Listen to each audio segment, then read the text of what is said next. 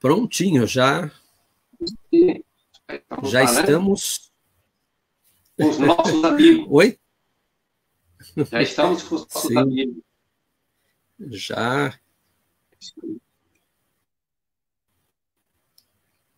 Já estamos só aguardando os minutos para iniciar o nosso trabalho na manhã de hoje. E sejam todos bem-vindos, mais uma vez, né, Claudinho?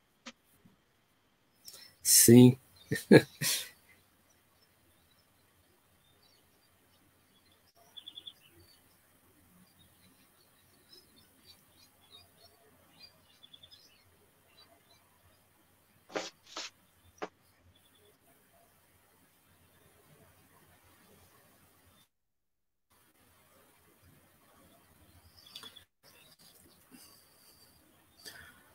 O pessoal já está entrando aqui, já está falando bom dia para a gente.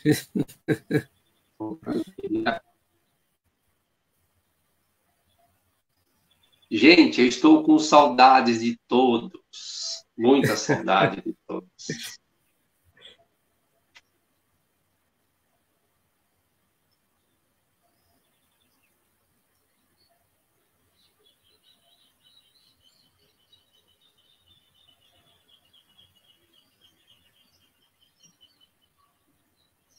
No meu relógio aqui.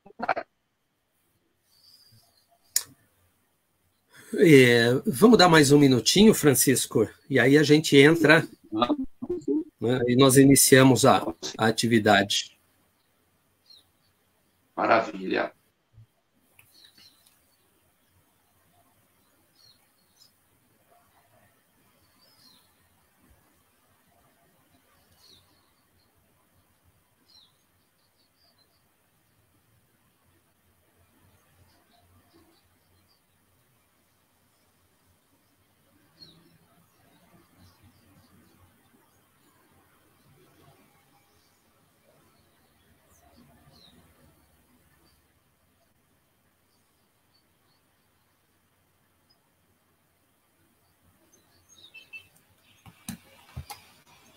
Tem um passarinhozinho cantando no fundo aí, viu? Aqui tem sempre o som das aves, né? Ou é o canário aqui em casa, ou são as maritacas aqui no entorno. E as maritacas fazem um barulho enorme. Acho que a gente pode começar, então, Francisco. Sim? Tá bom. Então, bom dia, meus amigos queridos. Saudade enorme de vocês, viu? De sempre estar lá juntos, um com o outro, mas estamos agora nesse novo método, né? Que também nos acolhe com muito amor e carinho. Então, nós vamos, nesse momento, dar início aos trabalhos desse novo método, né? Vamos pedir a todos, nesse momento, elevar o pensamento de Deus, nosso Pai, Jesus, nosso Mestre, agradecendo a Ele essa bendita oportunidade de estarmos unidos como irmãos que somos, para mais esse estudo, para essa palestra, que com certeza grandes reflexões trará a cada um de nós. Que o bondoso Mestre Jesus possa abençoar a cada um, intuir o nosso amigo Cláudio, o expositor desta manhã linda de domingo, para que possa explanar com bastante explicação o tema desta manhã. Que assim seja, Senhor, graças a Deus.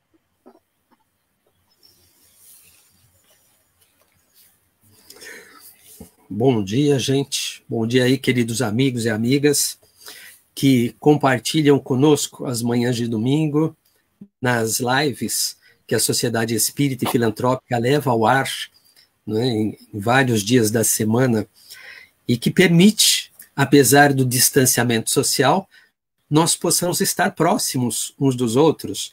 E assim a gente pode, né, Francisco, mesmo à distância, matar um pouquinho da saudade. Assim, ao nos integrarmos vibratoriamente, né, no momento da prece, com toda certeza a gente vai até o Irmã Francisca. Né? Nos encontramos em espírito, naquele ambiente carinhoso, não é, que nos acolhe há tantos anos, a mim já há 35 anos, se não me falha a memória. E hoje, com muita alegria, aqui junto de vocês, onde, não é, nós vamos falar a respeito de uma lição desta obra, Incomparável Presença. O médium, né, quem psicografou, Guaraci de Lima Silveira, e são diversos espíritos que trazem estas lições sobre textos mediúnicos de espíritos que conviveram com Jesus e que traz, além de esclarecimento, conforto também aos nossos corações. O fato de vocês verem aqui, não é, as minhas costas, a bandeira do Brasil, é porque estamos na Semana da Pátria. Sim? Então, hoje é 6 de setembro, amanhã é o feriado de 7 de setembro, onde comemoramos a nossa independência. E eu tenho uma gratidão enorme a este país que me acolheu nesta reencarnação. Não, vivo esta vida, esta existência, a minha ambientação reencarnatória é aqui no Brasil. E com que gratidão eu posso expressar nessas datas importantes para o próprio Brasil, não é? Todo o carinho que eu tenho por ele, por tudo que ele tem me dado nestes 65 anos de existência. Mas vamos lá. O pecado do saduceu é o título da lição deste livro Incomparável Presença. E é o próprio espírito que faz a narrativa da sua história. E ele narra a sua história, gente, em 2 momentos da sua existência. Ele começa aqui, fazendo o apanhado da vida dele, né, desde pequeno, assim, e já menciona de cara que, né, quando criança ainda, a mãe dele, espírita, o convidava para participar das atividades de uma casa espírita. E mesmo em criança, ele se esquivava, ele tinha medo. Né? Ele vivenciou uma experiência, que a gente não vai entrar em detalhes aqui, não é, com uma tia dele. Por conta daquela experiência, ele se amedrontou, então ele se esquivava desses convites que a sua mãe fazia. E esses convites entraram a adolescência dentro. Não é? E aos 14 anos de idade, não é, ele pensava que não era uma boa ser espírita, não. Sim? Por tudo que ele conhecia, não é, ele falou que, não é, ele escreve aqui, sim, ser espírita em 1928, não é, olha só, sim, o que ele diz aqui, 1928, era ser considerado demônio ou feiticeiro. Então imagina, não é, e nós temos conhecimento disso, né? Havia um preconceito muito grande em relação à doutrina espírita, ao espiritismo, aos estudiosos da doutrina.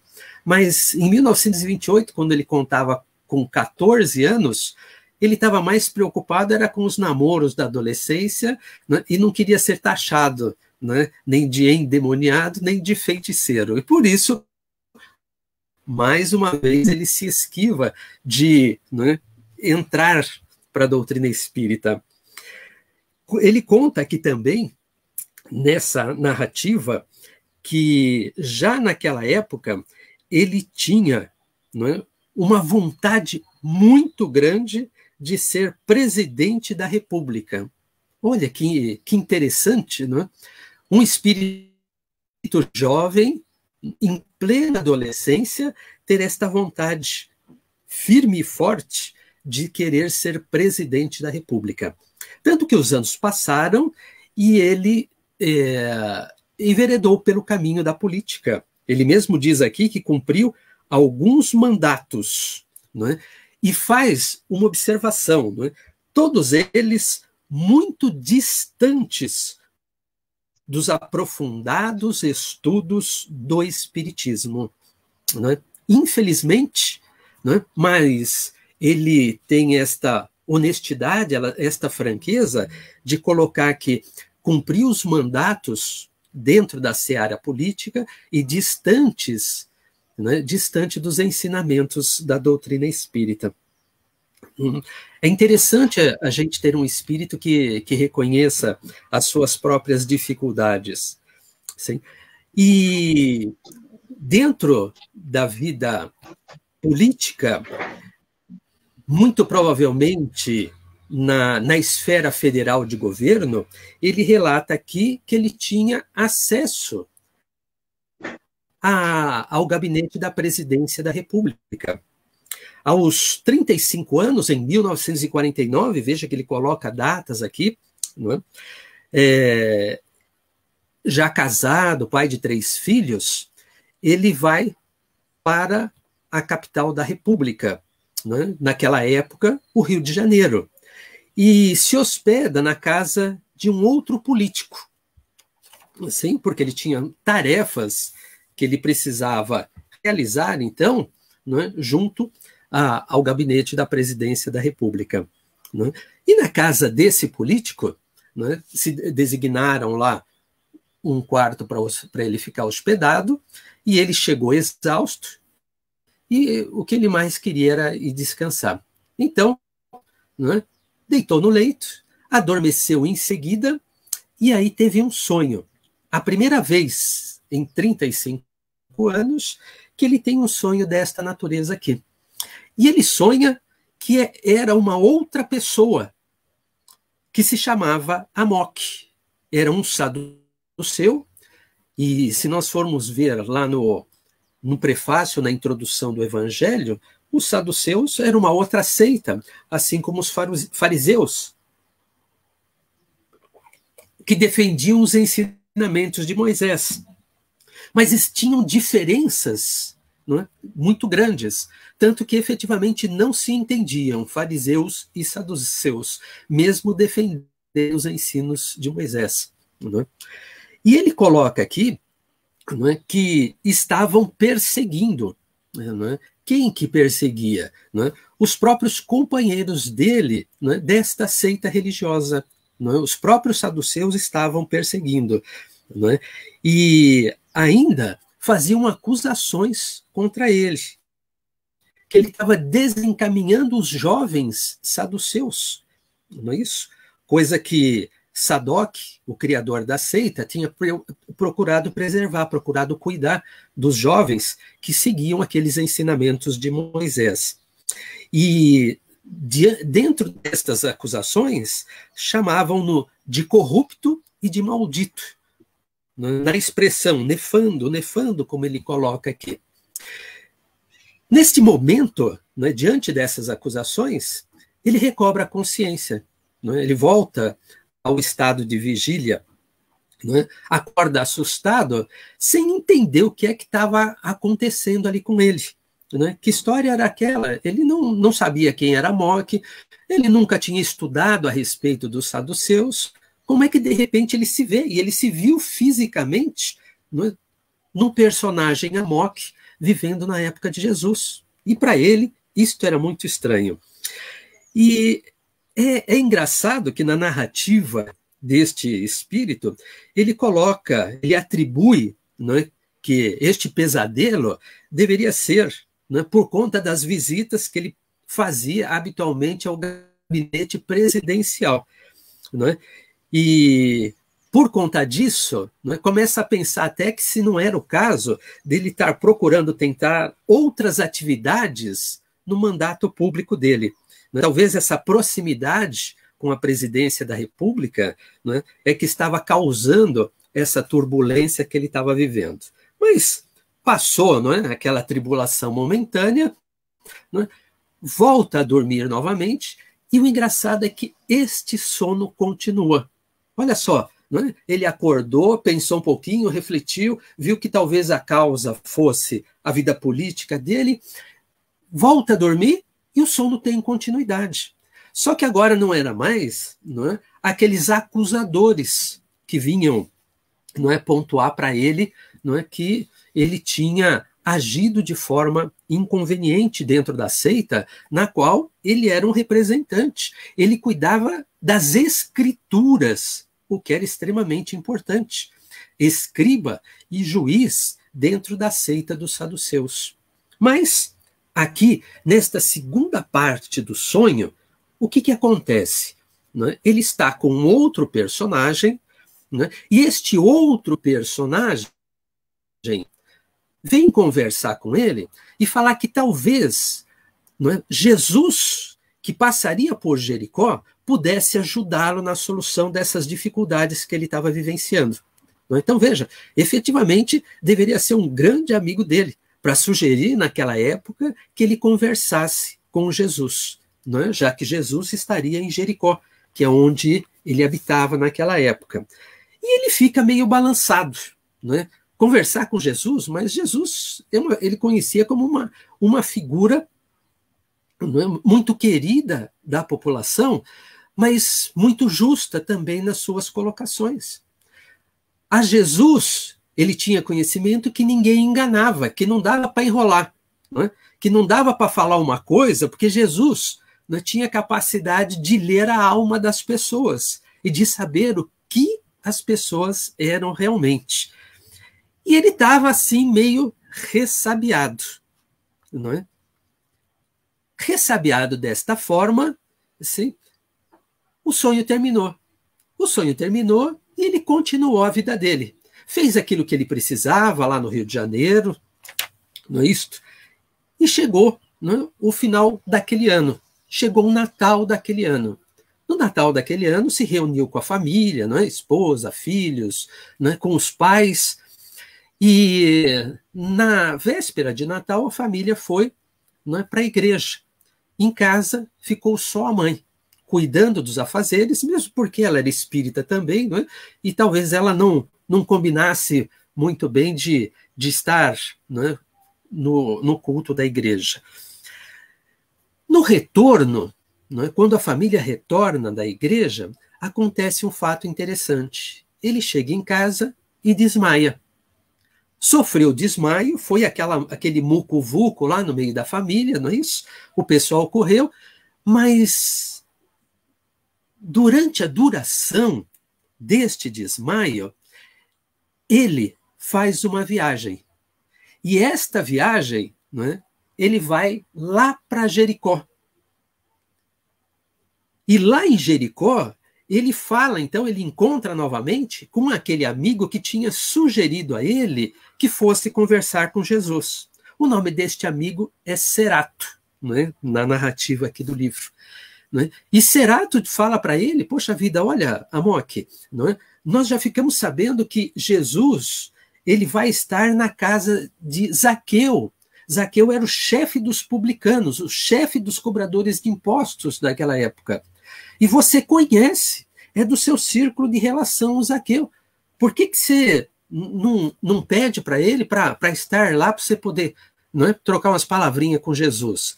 E ele fica meio ressabiado, fala, mas eu não fui convidado, como é que eu vou chegar na casa do Zaqueu? E o Cerato fala, deixa comigo, deixa que eu vou ajeitar essas coisas. Não é? Conversa com Zaqueu, e Zaqueu concorda em que Amok fosse na casa dele também participar daquela reunião com Jesus. Quando, não é, chega o momento, que era no fim da tarde, não é, Jesus de manhã, quando entra em Jericó, fala para Zaqueu, olha, Zaqueu, ao entardecer, né, eu vou na tua casa. Tá? Então, lá pelo fim da tarde, o Amok também foi para a casa do Zaqueu. Chegou antes de Jesus. E troca, então, umas palavrinhas, explica das dificuldades que ele está vivendo. É bastante sincero com o Zaqueu nesse aspecto, não é isso? Não é? Dizendo das suas dificuldades, não é? Dos tormentos que ele está vivendo por causa daquela atitude insensata que ele tinha tido, não é? Como ele diz para Zaqueu aqui, não é? A bem da verdade, eu estou acuado, não é? Eu vendia escritos antigos para jovens que desejavam destruir os saduceus. Os escritos eram adulterados por eles e assim espalhavam confusão e incredulidade. Esta era a razão pela qual os saduceus estavam no começo do sonho, tempos antes, não é? Acusando ele e querendo a cabeça dele, né? Dele, Amok, não é? Então, os saduceus descobriram as tramóias, né, as trapaças que eles estavam fazendo, né, e ele estava à beira de ser condenado. E tinha medo por conta disso. Né? E o Zaqueu, né, bastante interessante, né, a forma dele colocar, né, ali na parábola, né, quando Jesus, né, quando os apóstolos contam desse encontro de Jesus com ele, né, relatam que ele se dispõe a repartir tudo aquilo que ele tinha, né, retirado das pessoas, não é isso? Como forma de fazer a caridade, de mostrar que não tinha apego àqueles bens. Mas aqui é interessante, não é, quando ele diz para o Amok, né, se já não sentes amor pela seita que abraçastes, é bom que te conduza a outros estudos. Não é? Então veja que Zaqueu, não é, dá um conselho legal. Olha, não é, se a vida no meio dos saduceus não está boa, procura, não é, uma outra praia para você. Não é isso? E aí, não é, a coisa vai, não é, continuam conversando até que chega Jesus com os apóstolos. Não é? A família de Zaqueu, a esposa, serve então a ceia para eles, não é? E as conversas circulam sobre amenidades, até que Jesus se afasta do grupo principal e vai até a presença do Amok. Né? Olha que interessante, né? Jesus, né, vai até ele. Né? Jesus olha Amok e convida-o para uma conversa em particular. Né? Então, vamos lá, vamos ter um particular aqui só nós dois, vamos deixar a turma lá jantando, né? E vamos ver o que nós podemos fazer aqui. E se estabelece, então, um diálogo que eu gostaria de estar compartilhando com vocês, entre Jesus e Amok. Né? Jesus coloca para ele, não é, sofres as consequências das tuas buscas insensatas. Por que te tornastes juiz de uma seita que não atente aos teus desejos íntimos, né? Que não te satisfaça os teus desejos? E Amok não responde nada. Jesus continua. Bem se vê que um posto que o sobrelevasse era de fato teu ideal. Nem mesmo observastes se o que iria defender era do teu agrado. Não é? E veja que, de novo, não é? Amok não responde nada diante da observação de Jesus. E Jesus, então, continua.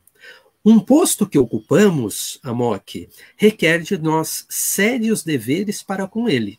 Não pensas assim? De novo, Amok fica em silêncio.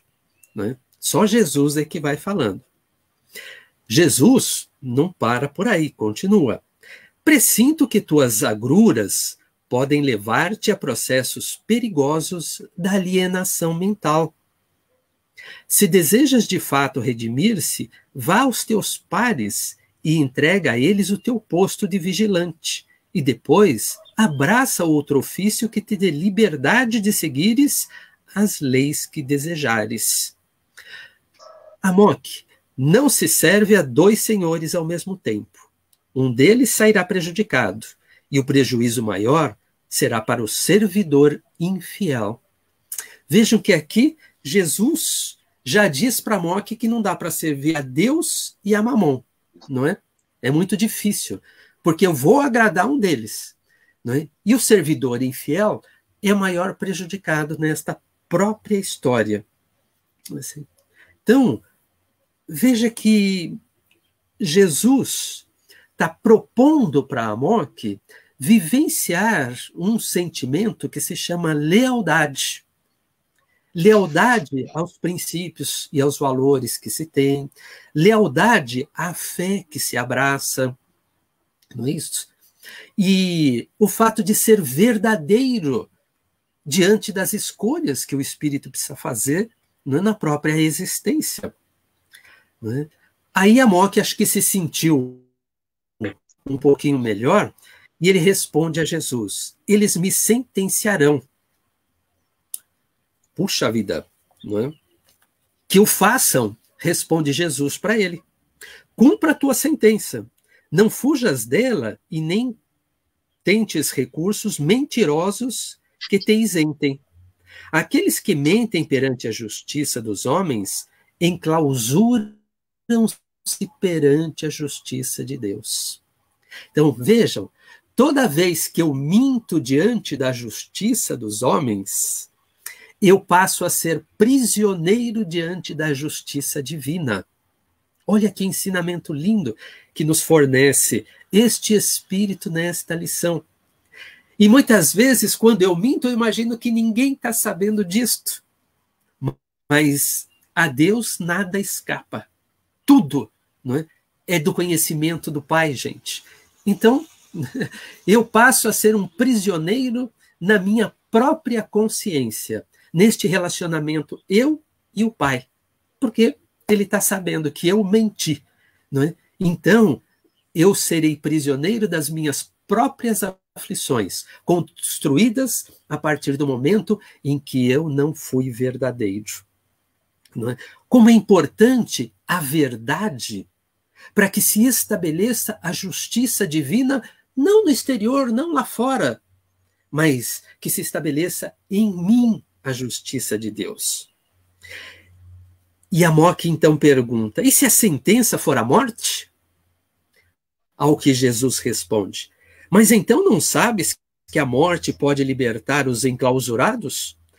E que depois da morte surge a vida noutra parte dos tempos? Olha, Jesus traz dois conceitos para a gente. Um, de que não existe morte. E o outro, que existe a reencarnação.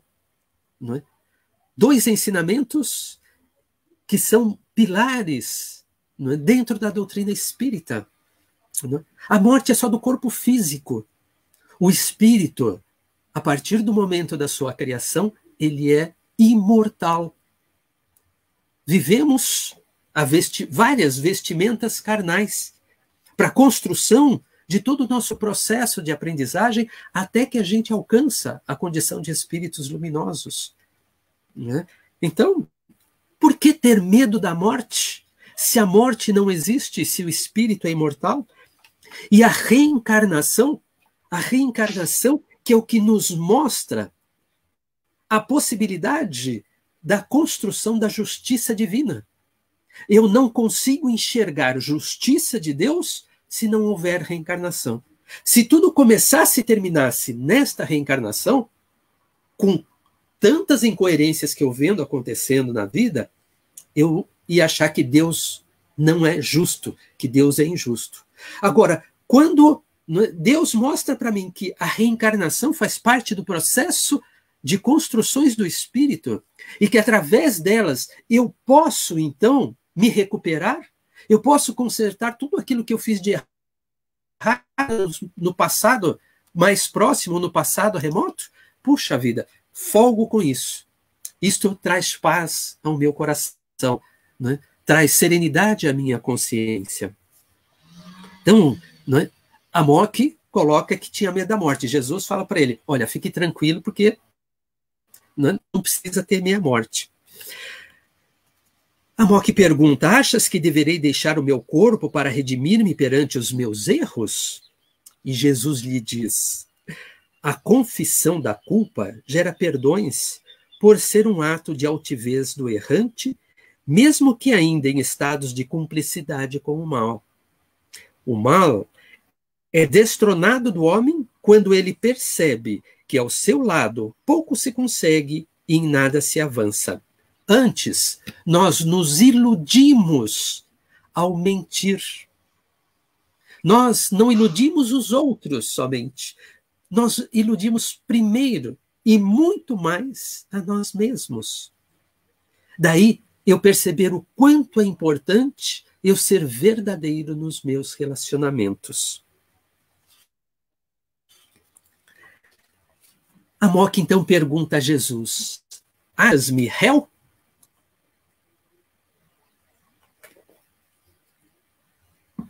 E Jesus responde, o réu é aquele que se permite sê-lo. Não é? Há leis que devem ser seguidas. Se as infringe, com certeza tornas-te réu. Não é? Então, o réu, diante das leis de Deus, não são eles, Não é Deus, não é Jesus, não são os espíritos que vão me julgar ou me condenar. Não é?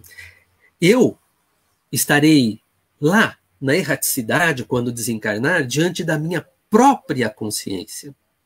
E é a minha própria consciência onde estão, né, esculpidas as leis divinas, é que vão me apontar as falhas que eu cometi, as infrações que eu cometi diante das leis divinas.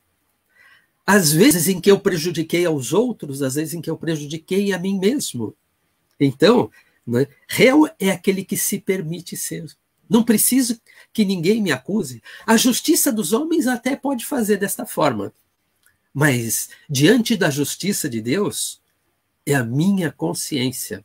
É a consciência de cada um de nós que vai nos dizer se nós somos ou não réus. E veja o diálogo franco de Jesus. Não tem embromation, não tem enrolation, né? Não tem passar a mãozinha na cabeça. Né? Não. Jesus é franco, é sincero e é amoroso na sua forma de nos orientar sobre aquilo que nós precisamos fazer.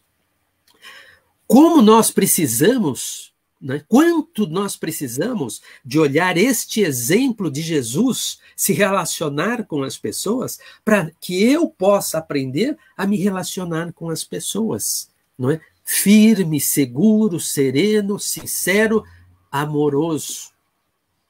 Não é? Sem julgar, sem condenar. Diz Amok, eu infringi leis. E aí Jesus diz para ele uma coisa maravilhosa, gente.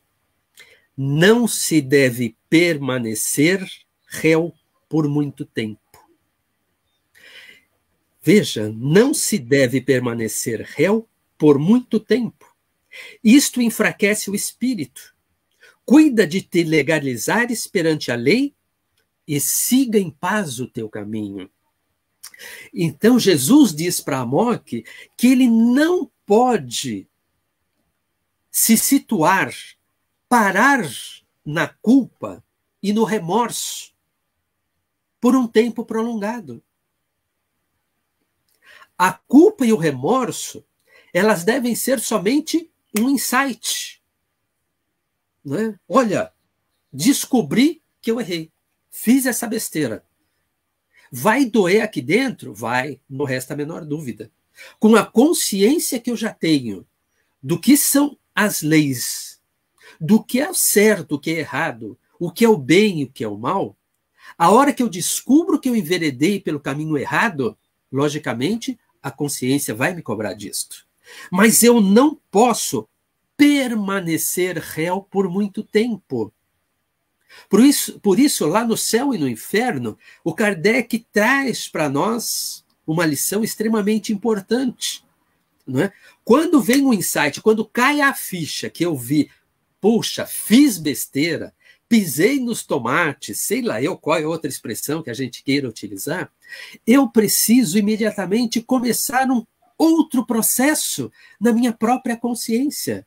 Que ele se compõe, olha, é um processo, ele se compõe do arrependimento, a expiação e a reparação.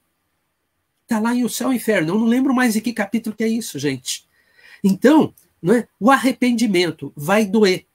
Vai doer porque a minha consciência vai me mostrar a besteira que eu fiz. Vai doer porque eu vou ter que me humilhar, provavelmente, humilhar o meu orgulho, não é? Porque eu vou ter que pedir desculpa, eu vou ter que pedir perdão, eu vou ter que corrigir a besteira que eu fiz. E isto dói. Não é? Como o orgulho ainda é muito grande aqui dentro, ainda dói. O dia que o orgulho já tiver desaparecido dentro de mim, provavelmente não vai doer nada, viu, gente? Não sei como é que é isso para vocês. Mas para mim, ainda muito orgulhoso, dói pedir desculpas, pedir perdão. Você também, Francisco? Parada dura, né? A gente se vê dentro da lição. Então, não é? Arrependimento, né? Arrependimento, expiação, né? Senti a dor, mas a dor não pode me mobilizar, eu não posso permanecer, né, aí por muito tempo. Eu tenho que partir para a reparação. Tenho que consertar aquilo que eu fiz. E duro é que às vezes a pessoa já desencarnou. E aí eu vou ter que descobrir uma outra forma de me ajustar diante das leis divinas, né? Para que eu não sofra as consequências disso. Né? E quantas vezes a misericórdia me coloca situações diante da existência para que eu possa me reajustar diante das leis. Já que eu não posso fazer diretamente com aquele irmão, eu vou fazer com outros irmãos. Né? Por exemplo, só um exemplo rápido. Aqui eu pratiquei o aborto. Então, a dívida em relação àquele espírito abortado, ela está lá. Sim? Mas eu posso reparar isso daí? Posso. Não é? Eu vou adotar sem número de crianças. Eu vou adotar inúmeros filhos. Eu vou cuidar dos filhos das outras mães. Não foi isso que Maria de Magdala fez? Cuidar dos filhos das outras mães, já que ela não podia gerar um filho do próprio ventre? Então, as oportunidades de nos reajustarmos diante das leis, elas acontecem nesta existência. Quanto isto é importante para a gente? Continua, não é? Amok perguntando a Jesus, mesmo que para isso eu tenha que ser preso, julgado e condenado? Ao que Jesus lhe responde, não é? Quem é réu já está por si mesmo condenado. Então, eu não preciso ser condenado pela justiça dos homens, não é? Eu já estou condenado pela justiça da minha própria consciência na hora que cai a ficha. Sim? Não tem por onde, é inexorável. Né? Se as leis estão na minha consciência, não é? A hora que eu percebo o meu erro, não é? É a minha própria consciência que me pontua isto, não é? Que eu fiz de errado. Não é? A justiça estabelecida, né? A justiça dos homens, apenas cuida de libertar os cidadãos. Né? Porque condenado, eu estou condenado, eu não preciso ir para julgamento e lá o juiz me condenar. Eu fui condenado por mim mesmo no instante em que eu infringi a lei. Ali é que é o momento da minha condenação. Engano meu que eu preciso esperar a justiça, engano de todos aqueles que procuram trapacear e burlar a justiça dos homens de todas as formas, porque a de Deus é inexorável, já que ela está dentro da consciência de cada um de nós. Então, a justiça só vai, como ele coloca aqui, com sabedoria, nos libertar de um compromisso, né, assumido por conta da falha cometida. Diz, né, o Amok, então, né, era estranho. Muitos fogem da justiça temendo as sanções legais. E Jesus dizia, né, que para eu me libertar, né, eu precisaria ser réu entregando-me à justiça e que ela me libertaria das infrações cometidas. Né? Veja que interessante. Né? E eu preciso, né, começar a compreender a justiça de Deus para que eu possa avançar dentro da justiça dos homens. Assim, se eu ficar amarrado exclusivamente à justiça dos homens, apegado às coisas da vida material, talvez eu ainda não alcance nesta reencarnação a compreensão da justiça divina. E se faz urgente, não é, que eu compreenda melhor esta justiça de Deus. Amok, então, delibera o que fazer. Não é? Saiu dali pensativo e no dia seguinte reuniu todos os seus superiores e declarou-se culpado. Muitos o condenaram, muitos o absolveram, muitos tornaram-se mais amigos e outros criticaram por ele, criaram por ele inimizade que nos afasta de quem devemos ajudar. Então, é assim que acontece com todos nós. Não é? Se Jesus não conseguiu agradar a humanidade, imagina quem de nós vai poder agradar? De forma nenhuma. O que importa para nós é ter a consciência do certo e do errado. do bem e do mal.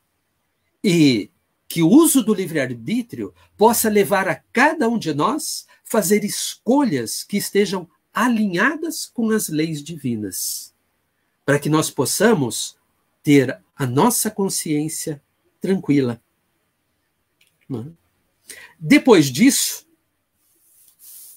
o nosso amigo aqui se recupera do desmaio que ele sofreu, né, e que proporcionou para ele esta viagem no decorrer do tempo, onde ele teve a oportunidade de lembrar desse encontro com Jesus. Há 19 séculos, veja, aqui nós estamos em 1950 aproximadamente, ele fala em 1949, né? Há 19 séculos e meio passados, e ele está se recordando desta passagem com Jesus. Com que riqueza de detalhes. Né? No dia seguinte, então, ele vai conversar com a mãe, que era espírita, assim, e a mãe diz para ele, quando ele conta todo este acontecimento, né, a mãe diz para ele, né, olha, desde cedo eu sabia que você era médium, mas né, você sempre escorregou do espiritismo, né, vai fazer o quê?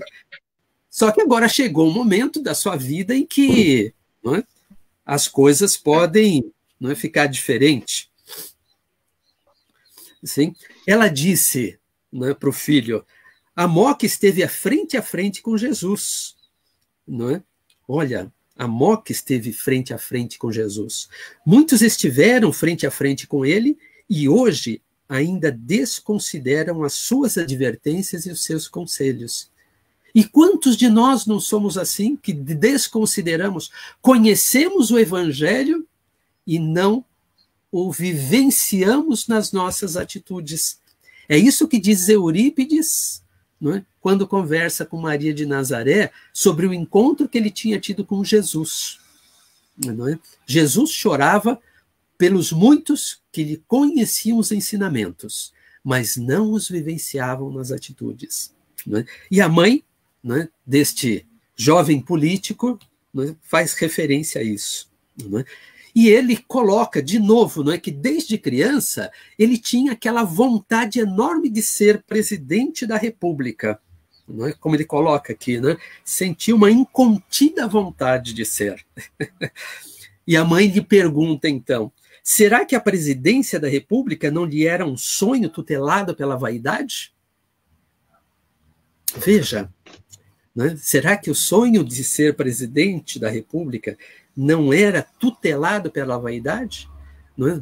Ele não queria ser presidente mais por vaidade do que por compromisso reencarnatório? E aí ele faz um relato para a mãe dele. Não é? Hoje ando pelos corredores dos palácios e quanto mais me aproximo dos gabinetes, mais sinto vontade de deixar a carreira pública. E a mãe lhe diz, meu filho, não penses assim. Mãe é mãe, né? Em qualquer circunstância, a mãe né, a mãe segura né, o nosso entusiasmo ou o nosso pessimismo. Né? Depois disso, ele relata, então, que começou a frequentar reuniões no centro espírita. Né?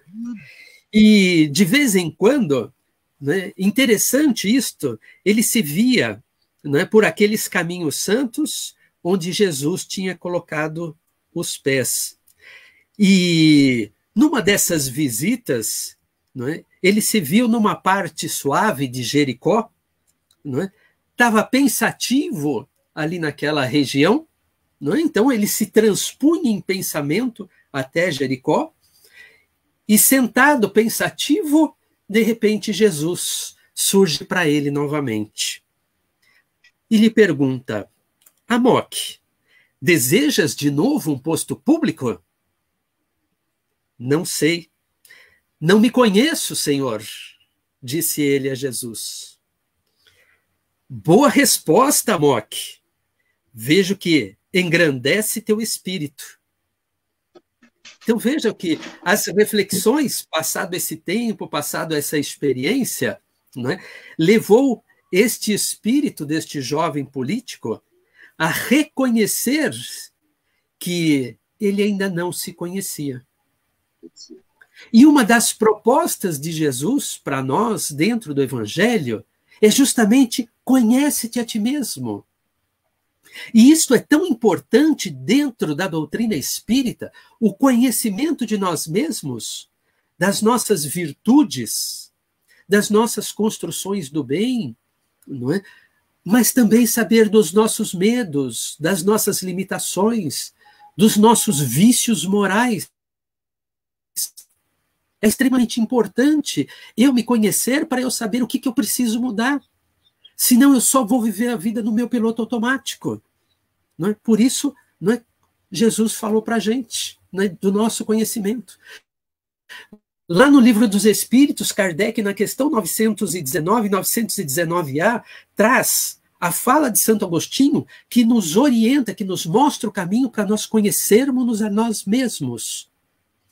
No Evangelho, no capítulo 17, Sede Perfeitos, tem o item 3, se não me falha a memória, que é o homem de bem, onde mostra para nós, espíritas, ali tem um referencial comparativo do que eu vou precisar a ser no decorrer das reencarnações.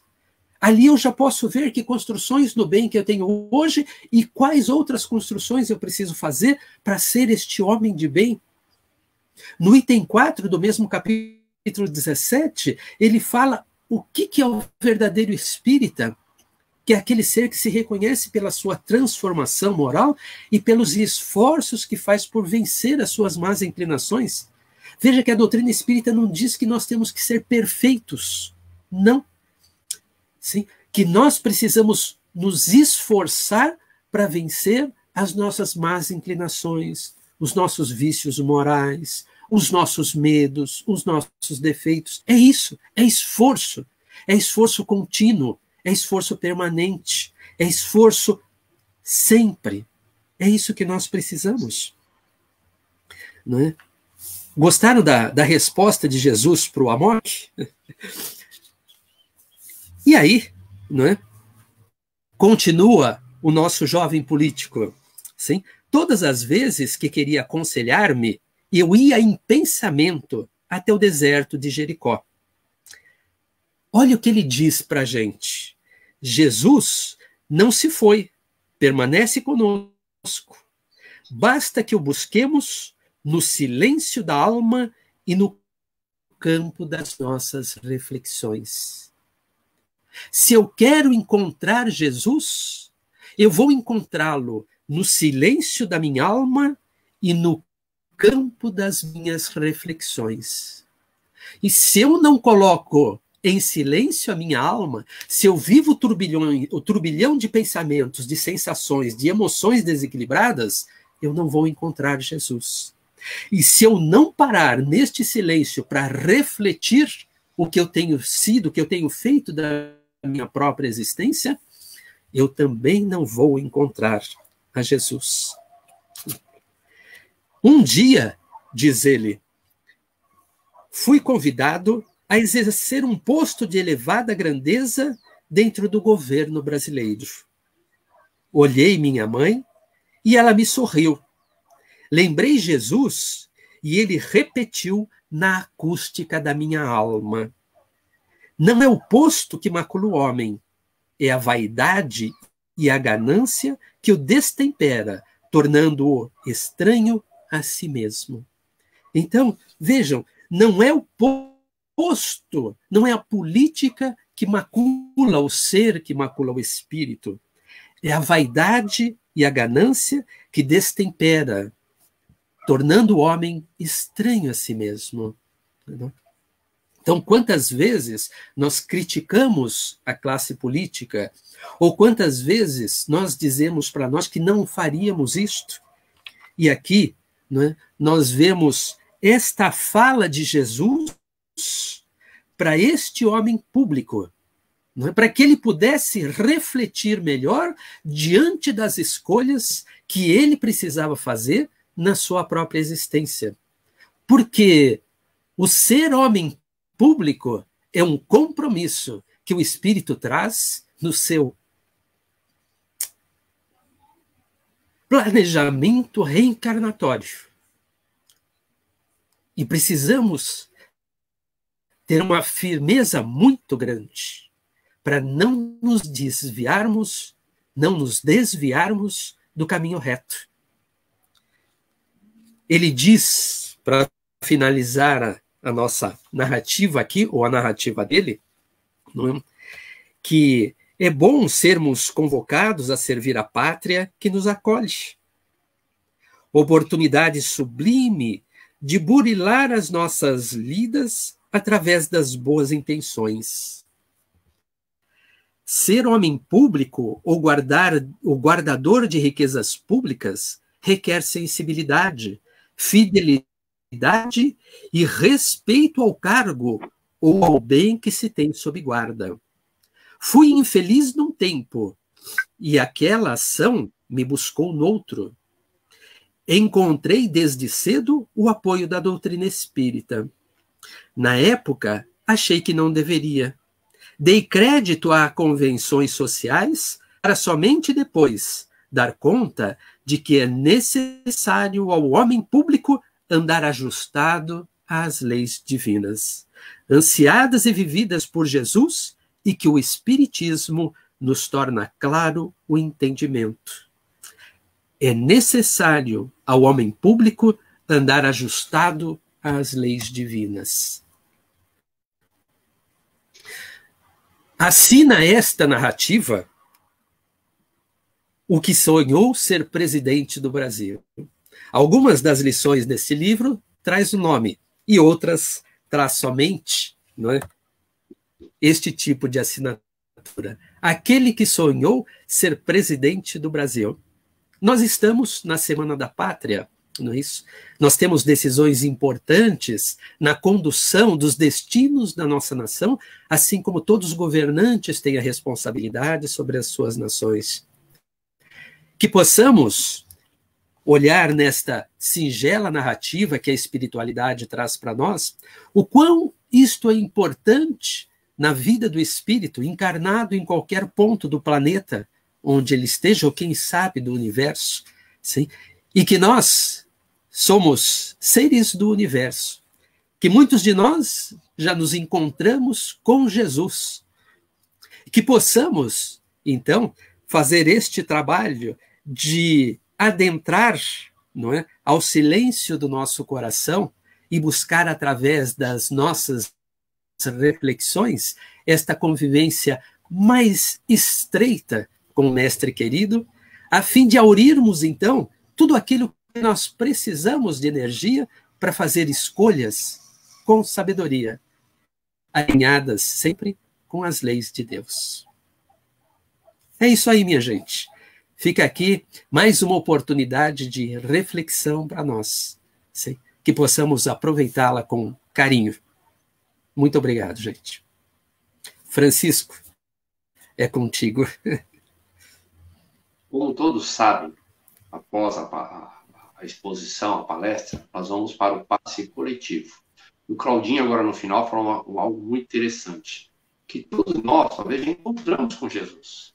Isso é fato. Continuamos encontrando ainda.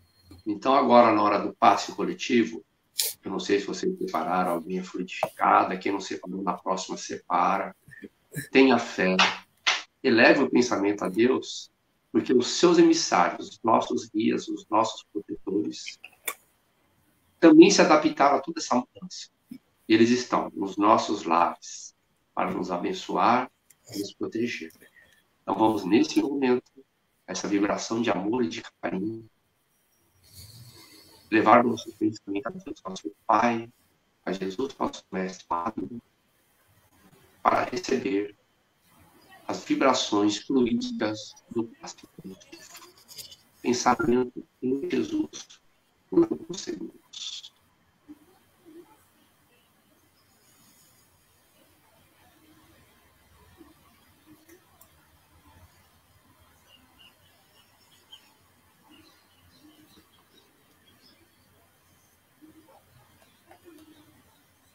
E agradecido que lhe somos, Pai amado, por tudo que tem nos dado, que tem nos recebido. Por não ter nos tirado as nossas provas, os nossos desafios, mas ter nos dado força de ultrapassar todas elas. E pedimos nesse momento, Pai, humildemente, que leve as nossas vibrações àqueles irmãos mais necessitados do que nós, meu Pai. Aqueles irmãos que estão nos asilos, nos hospitais, nos presídios, nas casas de recuperações de drogados, enfermos, Pai. Que o Senhor abençoe a cada um desses nossos irmãos, Pai querido. E assim, com esse pensamento elevado, com o coração cheio de amor dado por esse Mestre amado, vamos nesse instante vibrando pelos nossos lares, vibrando pela Casa Espírita Irmã Francisca, pelos seus dirigentes, pelos seus trabalhadores, pelas famílias atendidas por essa bendita casa, Pai. Que possamos todos, nessa semana, Pai, que se inicia hoje, ter pensamentos positivos, voltados ao bem, e que possamos, Senhor, vibrar pelo nosso planeta, pelo nosso Brasil, pela nossa cidade de Sorocaba, meu Pai amado. Que assim seja, Senhor, graças a Deus. Meus amigos queridos, vamos só dar os recadinhos. Primeiramente, agradecer a todos pelo empenho que têm feito, as famílias que são assistidas com a doação das cestas para essas famílias. Antes recebíamos os alimentos lá, manipulávamos ele, colocávamos a nossa energia, não que agora não tenha mais energia, mas agora não fazemos mais assim, por esse momento de pandemia que estamos passando. Então, queremos agradecer a todos a doação em dinheiro que estão sendo feita à nossa CEFIF, nossa casa querida, e que todos que quiserem e que puderem continuar contribuindo, é só entrar lá no Facebook, que lá tem a conta para poder fazer o depósito ou a transferência, para que possamos continuar ajudando essas famílias. São muitas. Ontem eu tive a bendita oportunidade de entregar essas cestas. São muitos necessitados, gente. Não é fácil.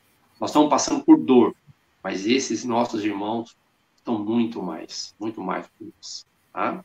Vamos deixar também aqui um recadinho sobre as palestras que são feitas como hoje, agora estão sendo feitas em duplas, que eu quero agradecer do fundo do meu coração à Casa Espírita, aos seus dirigentes que me proporcionaram essa oportunidade, ao meu amigo Claudinho, meu amigão do coração, está participando com você, meu irmão.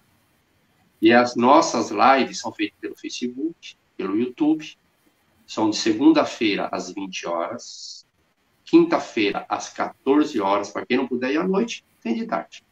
Sexta-feira às 19 e aos domingos, como hoje, às 10 horas da manhã.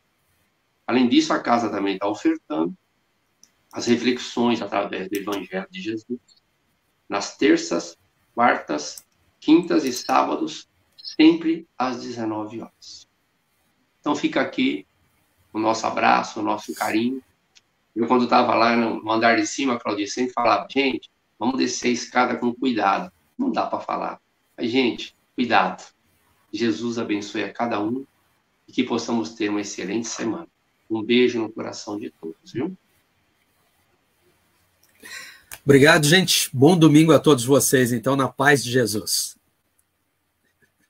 Beijo.